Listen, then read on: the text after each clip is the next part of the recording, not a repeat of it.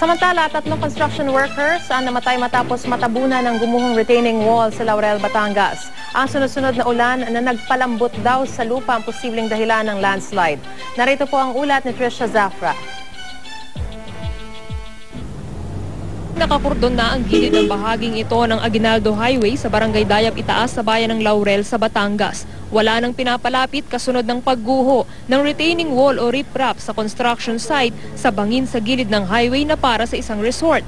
3 construction worker ang patay at 2 ang nasaktan.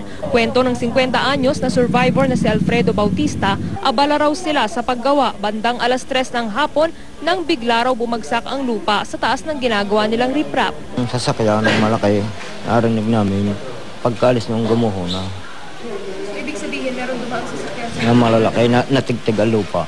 Pagkakakong pinaulan, disimparo natigis ang tubig pailalim, nalambot yun. Kasama si Alfredo sa mga natabunan. Mabuti na lang daw at nahukay agad siya at ang kasamang si Warde Montero ng mga katrabaho kaya nalapatan agad ng lunas. Pero hindi na pinalad sina Amil Montalvo, Rodel Tibang at Carlo Tenorio na nasawi dahil sa asphyxia o pagkaubos ng hininga ng matabunan ng lupa. Ayon sa site engineer ng contractor na Pilcon, tiniyak naman daw nilang ligtas ang site bago ang construction. Basta yung mga tauhan ko, ma'am, bago ko sila pagtabawin, gusto ko kompleto yung ano nila, yung mga safety, may kompleto ano nila, tawag dito.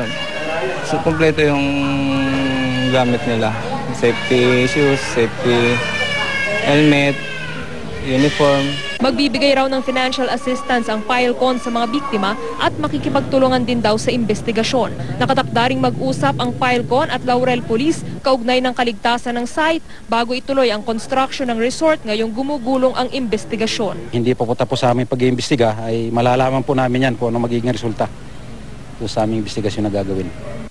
Trisha Zafra, GMA News.